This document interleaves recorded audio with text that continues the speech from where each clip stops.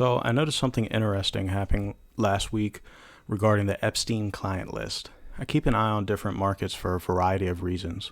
One of the markets I pay attention to is the crypto market. People involved in crypto have been expecting a big breakout bull run, much more than things already have, and things have been somewhat in a lull, at least in my personal opinion, or at least falling short of expectations thus far. Maybe some would disagree, that's just my take. Right around the time that the news started breaking out about the DOJ's position on the Epstein case, something interesting started to happen in the crypto market. Volume started rallying, and all the major crypto assets started to break out and rally in a way that indicates the start of another big breakout or a continuation of the bull run. Now, I'm not a professional trader or economist by any stretch of the imagination, but I know one thing for sure. Markets are largely driven by emotion, especially markets that involve a lot of speculation, like the crypto markets. If people are largely afraid, prices go down, things will consolidate. If people mostly feel safe, prices go up, things will rally. Most would consider this an oversimplification, but bear with me. Take the tariff situation as an example. The tariff scared a lot of people with the threat of instability. The stock market started to tumble dramatically. Some deals were made. Ultimately, things got smoothed over. People felt safe again. The market recovered. Now, I'm not taking a position one way or the other, whether or not that was a good or bad thing. I'm just making an observation that this is what seemed to happen. It seems that Donald Trump being president is ultimately viewed by big financial interests as a great unstabilizing force. It's very hard to predict what he is going to do.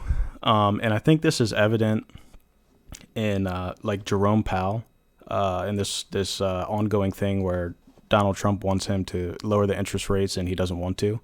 And I think that sends a signal of like expected instability in the financial markets from what he may or may not do, or just uncertainty about what he's going to do.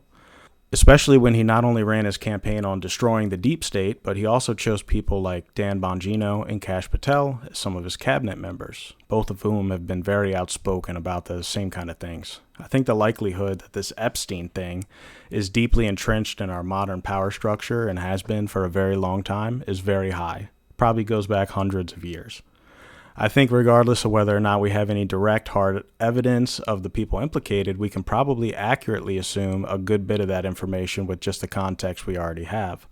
And I think that the market makers and people who are in charge of lending money to world governments know all of this as well. And the threat of this information being released to the world forces them to be more conservative with their decisions in highly speculative markets. It also forces them to do a lot of other things. Just to play things safe and to prepare for the possibility that something extremely drastic might happen. Ultimately, because this information getting released threatens their position of power. Now, I don't think Donald Trump made the decision to cover up these files in order to save the crypto markets or something like that, but I think it's possible that the market sentiment shift is indicative of increased trust that the Trump administration is willing to play ball, so to speak. That he isn't going to go totally nuclear on these large financial powers by releasing this information. And I think this also supports the theory that by not releasing the information, Trump is capitulating to someone or some group in some way. Do I think Donald Trump made the right decision? It's hard to say without being him and knowing what he knows. It's possible that he is willing to sacrifice the reputation of his administration in this regard in exchange for not creating some extremely catastrophic economic disaster that would destroy his reputation and legacy in that regard.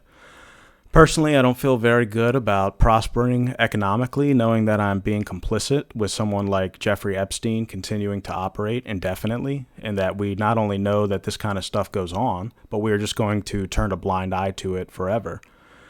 Maybe I would be if I knew that exposing the criminals would cause me and my loved ones some immeasurable amount of pain and suffering due to the stability of the global economy collapsing or something like that, maybe. But I can never truly say if I don't know the implications and am never given the option to choose.